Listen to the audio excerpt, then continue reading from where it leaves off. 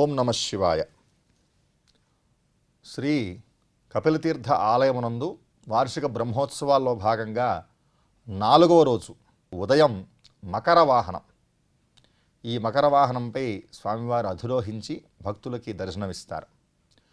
ఈ మకర వాహనాన్ని దర్శించటం వల్ల కలిగేటువంటి సౌభాగ్యం ఏమిటంటే, భక్తులకు ఏ మనిషికైనా సరే అహంకారం కొంత ఉంటుంది. ఆ అహంకారం పోవాలి అంటే ఈ మకర వాహనాన్ని దర్శించాలి. దీనికి చిన్న ఐతిహ్యం ఏమిటంటే, మన గజేంద్ర మోక్షంలో గజేంద్రుడు చాలా అహంకారంతో తన పత్నులతో సహా జలక్రీడ కోసం కొలంలోకి వస్తే ఆ కొలంలో మకరం ఆ ఏనుగుని పట్టుకుంటుంది, కాలు పట్టుకుంటే ఈ మకరం ఎంత, నేనే బలవంతుణ్ణి అహంకారం చేత మకరంతో యుద్ధం చేస్తుంది గజం. అలా యుద్ధం చేయగా ఎన్నాళ్ళైనా సరే ఆ మకరం ఆ గజాన్ని విడిచిపెట్టదు. ఆ గజానికి ఎప్పుడైతే అహంకారం తొలగిపోతుందో అప్పుడు ఆ మకరం ఆ గజాన్ని విడిచిపెట్టేస్తుంది. కాబట్టి మనలో అహంకారాన్ని పారదోలి జ్ఞానాన్ని కలిగించేటువంటి స్వామి ఈ మకర వాహనంపై మనందరినీ అనుగ్రహిస్తూ మనలో అహంకారాన్ని పారదోలుతారు. అటువంటి మకర వాహనాన్ని అందరూ దర్శించాలి.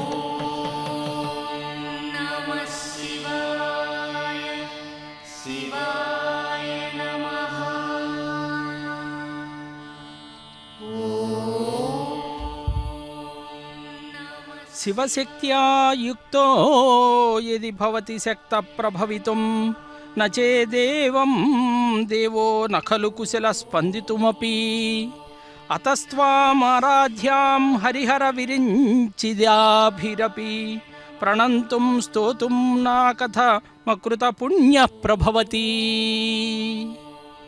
ఓం నమ శివాయ. కపిలేశ్వర స్వామినే నమః. తిరుపతి క్షేత్రములో కపిలేశ్వర స్వామి బ్రహ్మోత్సవాల్లో బుధవారం రోజు ఉదయం శ్రీ కపిలేశ్వర స్వామి వారు సోమస్కందమూర్తిగా కామాక్షి అమ్మవారి సమేతంగా అదుగో మకర వాహనంపై భక్తులకు దర్శనమివ్వబోతూ ఉన్నారు. స్వామి యొక్క శోభలో తిరుపతి క్షేత్రములో కపిలతీర్థం అనంటేనే మనకి ఒక పుణ్యక్షేత్రంగా సకలములైనటువంటి శివశక్తియుతమైనటువంటి తిరుమల తిరుపతి దేవస్థానం చేత స్వామివారి యొక్క అనంతమైనటువంటి వైభోగాన్ని, సకలములైనటువంటి బ్రహ్మోత్సవాలు వైభవాన్ని మనం చూస్తూ ఉన్నాం గత 3 రోజుల నుంచి కూడా. అదిగో స్వామి మకరం అంటే గంగాదేవికి నిత్యవాహనం అన్నమాట. గంగ పరమశివుని శిరస్సుపై నివసిస్తూ ఉన్నది. అంటే గంగాదేవి వాహనమైనటువంటి మకరం తపస్సును ఆచరించిందట. మరి శివానుగ్రహాన్ని పొందింది. ఆ పరమశివునికి వాహనమైంది అని చెప్పి శైవాగమాలు తెలియజేస్తూ ఉన్నాయి. అదిగో కోలాటాలతో, భజనలతో, భజంత్రీలతో, వాయిద్యాలతో కూడా కపిలేశ్వర స్వామి యొక్క బ్రహ్మోత్సవాలు అంగరంగ వైభవంగా తిరుపతి క్షేత్రంలో జరుగుతూ ఉన్నాయి. ఆ పరమశివునికి వాహనమైంది అని చెప్పి ఆ మకరము అనేటువంటిది జీవ ప్రకృతికి ఉదాహరణ అన్నమాట. అంటే భగవంతుని ఆశ్రయించినంత వరకు జీవుడు నీటిలో మొసల్లా బలపరాక్రమంతో జీవించవచ్చు. అంటే స్వామిని ఒక సోమస్కందమూర్తిగా, కామాక్షీదేవి అమ్మవారి సమేతంగా గజరాజులు కూడా బ్రహ్మోత్సవాల్లో సేవలందిస్తూ, అదిగో ఒక శుభసూచకంగా బ్రహ్మోత్సవ వైభవము అనేటువంటిది స్వామివారికి ఏ విధంగా పరమశివుడు శివం అనేటువంటి పదానికే సంస్కృతంలో ఒక విశిష్టమైన అర్థం ఉంది. మంగళకరుడు అని చెప్పి అర్థం. మంగళకరమైనటువంటి శుభప్రదమైనటువంటి ఈ బ్రహ్మోత్సవ శోభలో కామాక్షి అమ్మవారు, మనం పార్వతీదేవి అమ్మవారిని మనం తలుస్తాం. అమరం ఏమని చెప్పింది అనంటే ఉమా కాత్యాయని కాళి గౌరీ హైమవతీశ్వరి శివా భవానీ రుద్రాణి శర్వాణి సర్వమంగళ అని చెప్పి అమ్మవారికి నామాలు. ఉమా అంటే ఊ అంటే ఓ అమ్మాయి అట, మా అంటే వద్దు అని. అంటే పార్వతీదేవి పుట్టగానే తపస్సు చేయడానికి వెళుతూ ఉంటే మేనాదేవి అంటే వాళ్ళ అమ్మ చెప్పింది ఒక మాట, ఉమా అని పిలిచింది. అందరూ ఇప్పుడు చాలామంది ఉమా అనేటువంటి నామకరణం కూడా మనం వింటూ ఉంటాం. అంటే పార్వతీదేవి యొక్క నామకరణంలో నీవు తపస్సుకు వద్దు, చిన్న వయసులోనే నువ్వు తపస్సు చేస్తే నువ్వు అబలవు కదా అని చెప్పి అక్కడ బ్రహ్మచారి ఒక మాట అంటాడు. అంటే స్వామి యొక్క మారువేషంలో విచ్చేసినటువంటి పార్వతీదేవి తపస్సు చేస్తూ ఉంటే బ్రహ్మచారి రూపంలో విచ్చేశారు సాక్షాత్తు పరమేశ్వరుడు. అప్పుడు స్వామివారు ఆ మాట అన్నాడట, సబలవు అబలవు కదా అని చెప్పి. అంటే స్వామికి సమాధానం ఇచ్చింది అమ్మవారు. గొప్పదైనటువంటి అమ్మ యొక్క నామాలు మనం చూస్తే అనంతనామాలు. అపర్ణ అంటారు అమ్మవారిని. పర్ణము అంటే సంస్కృతంలో పత్రము, ఆకు అని చెప్పి అర్థం. అంటే అమ్మవారు పంచ అగ్రుల మధ్య తపస్సు చేస్తూ ఉంటే ఒక్క పర్ణము ఆకు కూడా స్వీకరించలేదండి. అందుకే అమ్మవారిని అపర్ణ అంటారు. గౌరవర్ణం కలిగింది కాబట్టి గౌరీ అంటారు. మరి అలాగే హిమవంతుని యొక్క పుత్రిక కాబట్టి హైమవతి అని చెప్పి. అథాంగిరసమగ్రన్యం ఉదాహరణ వస్తుషు ఋషయశ్చోదయామాసు సచప్రాహ మహీధరం. గొప్పదైనటువంటి మహర్షుల్లో అంగిరస మహర్షే స్వామివారికి అమ్మవారికి ఇరువురికి కూడా కళ్యాణ మహోత్సవంలో మధ్యవర్తిగా ఉండి ఋషులంతా కూడా ఏ విధంగా వివాహోచితమైనటువంటి విధులన్నీ కూడా నిర్వర్తించారో, మరి స్వామి యొక్క వైభోగము అనేటువంటిది, ఆ అమ్మ యొక్క తత్వం అనేటువంటిది మనం చూస్తే సమస్త లోకాల పట్ల కూడా ఆధిపత్యం కలిగి ఉన్నటువంటి మరి పార్వతీదేవి అమ్మవారు. అంటే మనం మామూలుగా చూస్తూ ఉంటాం, భక్తులకు కనువిందు చేసేటటువంటి స్వామి అనంతములైనటువంటి కపిల మహర్షి చేత పూజింపబడింది. పాతాళములో నుంచి పైకి వచ్చినటువంటి ఇక్కడ ఈ భూమిని ఛేదించుకొని వచ్చినటువంటి ఇక్కడ ఉన్నటువంటి శివలింగం. ఈ లింగం వెలిసినటువంటి ఈ ప్రదేశం కైలాసము కంటే కూడా మహిమాన్వితమైనటువంటి దివ్యక్షేత్రం అండి.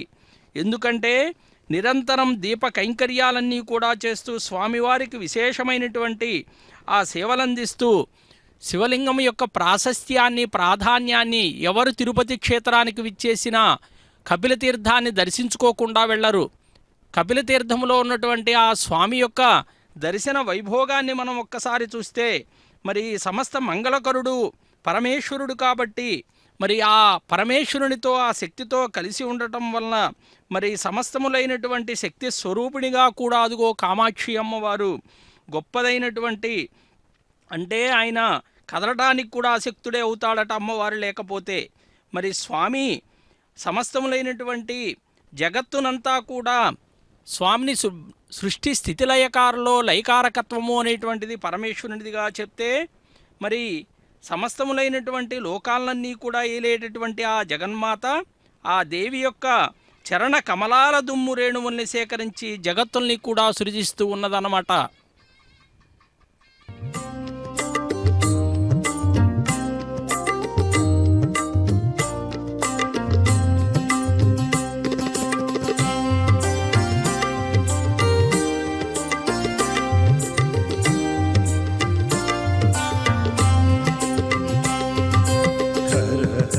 शङ्कर साम्ब सदा शिव ईशा महेशा हर हर शङ्कर साम्ब सदा शिव ईशा महेशा हर हर शङ्कर साम्ब सदा शिव ईशा महेशा हर हर शङ्कर साम्ब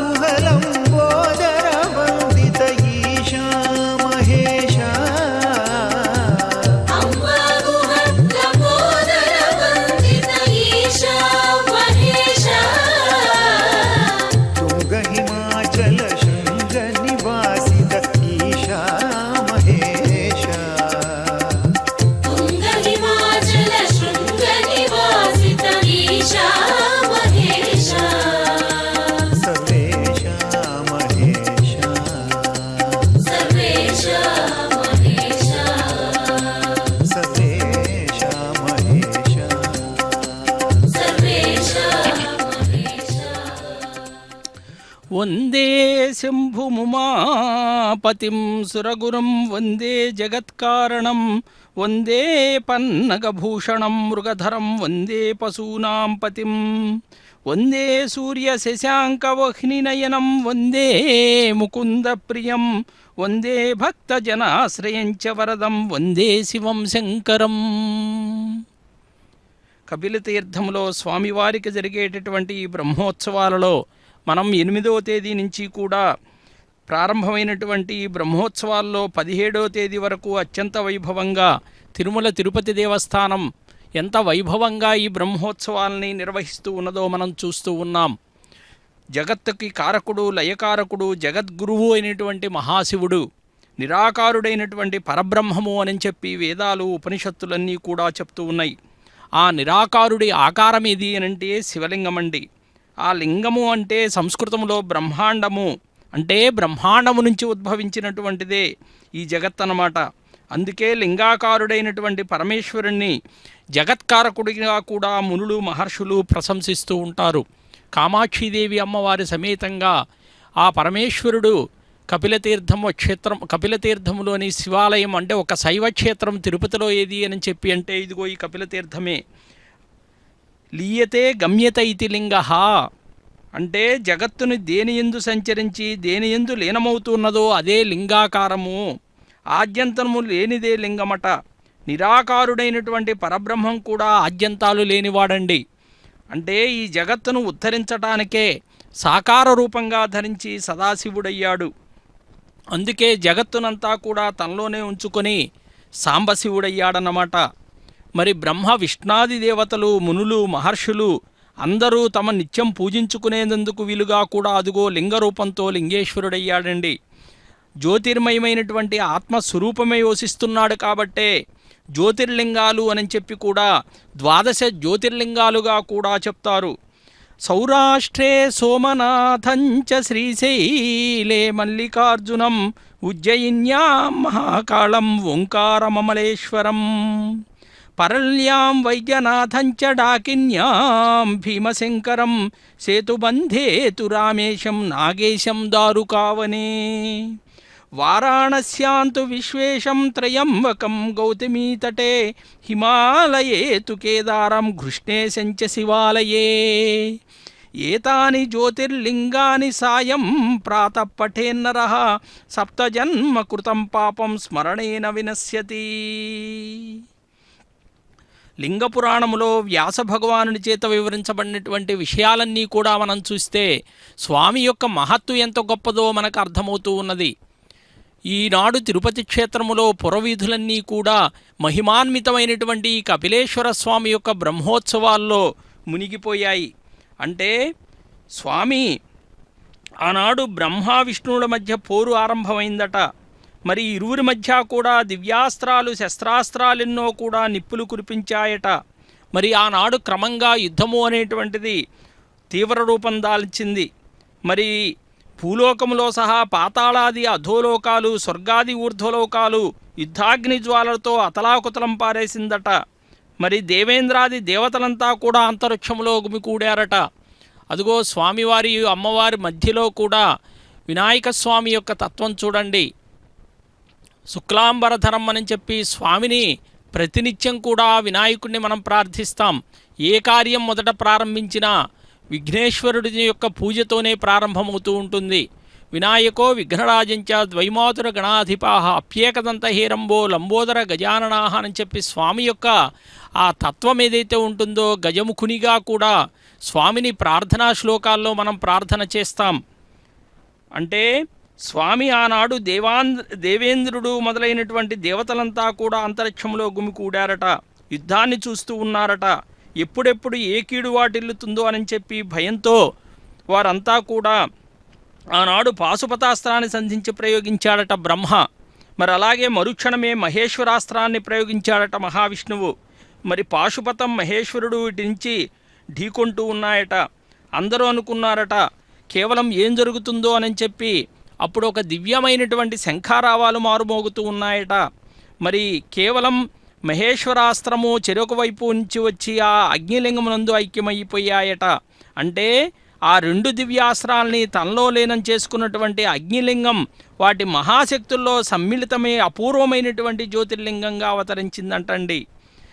కేవలం చూడండి, మనం మహాశివరాత్రి నాటికి బ్రహ్మోత్సవాల యొక్క శోభ ఎంతగా కపిలతీర్థములో ఉన్నటువంటి ఆ స్వామిని, కపిలేశ్వర స్వామిని శివరాత్రి యొక్క పర్వదినం నాడు ఎంత విధిగా సేవిస్తూ ఉంటారో.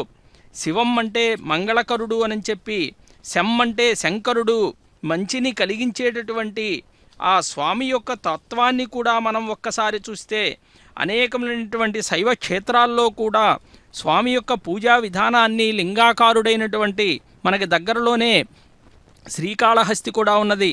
స్వామిని విశేషంగా పూజలు అందుకునేటటువంటి అనంతమైనటువంటి ఆ ప్రభుం ప్రాణనాథం విభుం విశ్వనాథం జగన్నాథనాథం సదానందభాజం భవద్భవ్య భూతేశ్వరం భూతనాదం శివం శంకరం శంభుమీశానమీడే.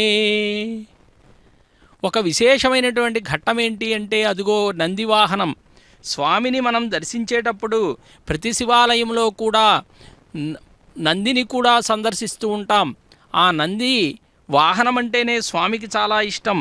నందివాహనంతో కూడా స్వామి ఊరేగుతూ భక్తజనులందరినీ కూడా అందరినీ అనుగ్రహిస్తూ ఉంటాడు. బ్రహ్మోత్సవాల్లో విశేషమైనటువంటి శోభలు కలిగించేటటువంటి ఈరోజు మకర వాహనంతో స్వామివారు మకరం అంటే మనం ఇందాకనే చెప్పుకున్నాం గంగాదేవి యొక్క వాహనంగా. కేవలం మకరం అంటే సంస్కృతంలో మొసలి అని చెప్పి అర్థం. మనం కేవలం స్వామి యొక్క అనేకములైనటువంటి ఈ వాహన సేవల్లో ఉన్నటువంటి ఆంతర్యం ఏంటి అంటే ఒక్కొక్క వాహనములో స్వామి సంచరిస్తూ సకలములైనటువంటి జగత్తునంతా కూడా అనుగ్రహిస్తూ ఉన్నాడు.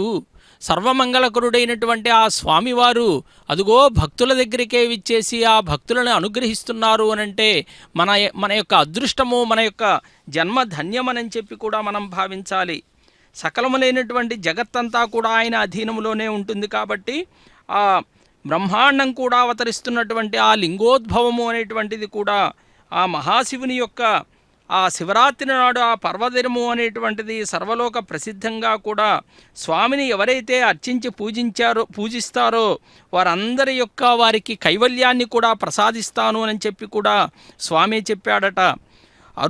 అరుణారుణ జ్వాలలతో కూడా వెలిగిపోతున్నటువంటి జ్వాలాస్తంభం కూడా శివరాత్రి నాడు మనం చూస్తాం స్వామి యొక్క అనంతమైనటువంటి గొప్పతనాన్ని. సౌరాష్ట్రదేశే విశదే రమ్యే జ్యోతిర్మయం చంద్రకళావసంతం భక్తిప్రదానాయ కృపావతీర్ణం తం సోమనాథం శరణం ప్రపద్యే.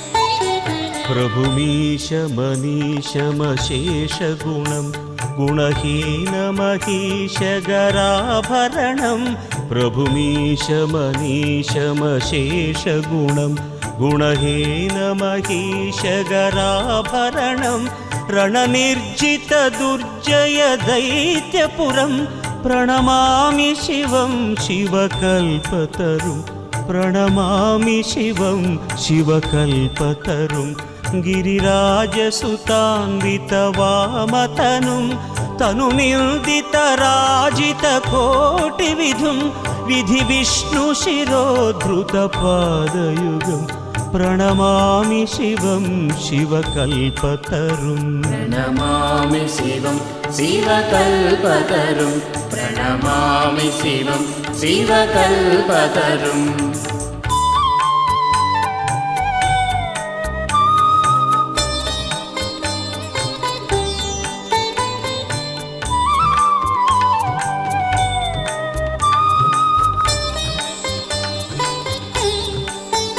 శశలాంఛితరంజితసన్ముకుటం కటిలంబితసుందరకృత్తిపటం శశలాంఛితరంజితసన్ముకుటం కటిలంబితసుందరకృత్తిపటం సురశైవలినీకృతపూతజటం ప్రణమామి శివం శివకల్పతరుం ప్రణమామి శివం శివకల్పతరుం నయనత్రయభూషితచారుముఖం ముఖపద్మపరాజితకోటివిధుం విధుఖण्डविमण्डितफालतटं प्रणमामि शिवं शिवकल्पतरुं प्रणमामि शिवं शिवकल्पतरुं प्रणमामि शिवं शिवकल्पतरुं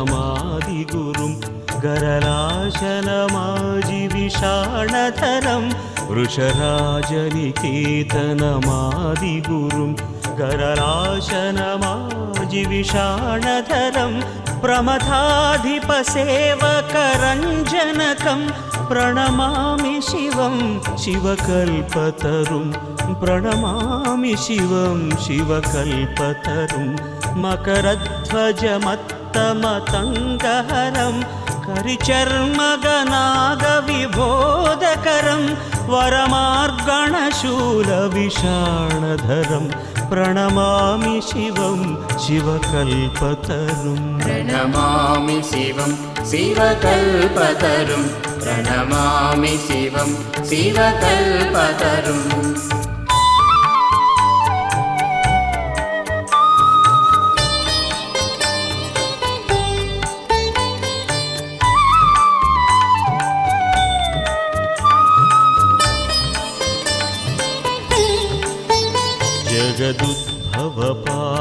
जगदुद्भवपालननाशकरं त्रिदिवेशशिरोमणिघृष्टपदं जगदुद्भवपालननाशकरं त्रिदिवेशशिरोमणिघृष्टपदं प्रियमानवसाधुजनैकगतिं प्रणमामि शिवं शिवकल्पतरुं प्रणमामि शिवं शिवकल्पतरुं हृदयस्थतमः प्रकरापहरं नृमनोजनिताघविनाशकरं भजतोऽखिलदुःखसमिद्धहरं प्रणमामि शिवं शिवकल्पतरुं प्रणमामि शिवं शिवकल्पतरुं प्रणमामि शिवं शिवकल्पतरुं प्रणमामि शिवं शिवकल्पतरुं प्रणमामि शिवं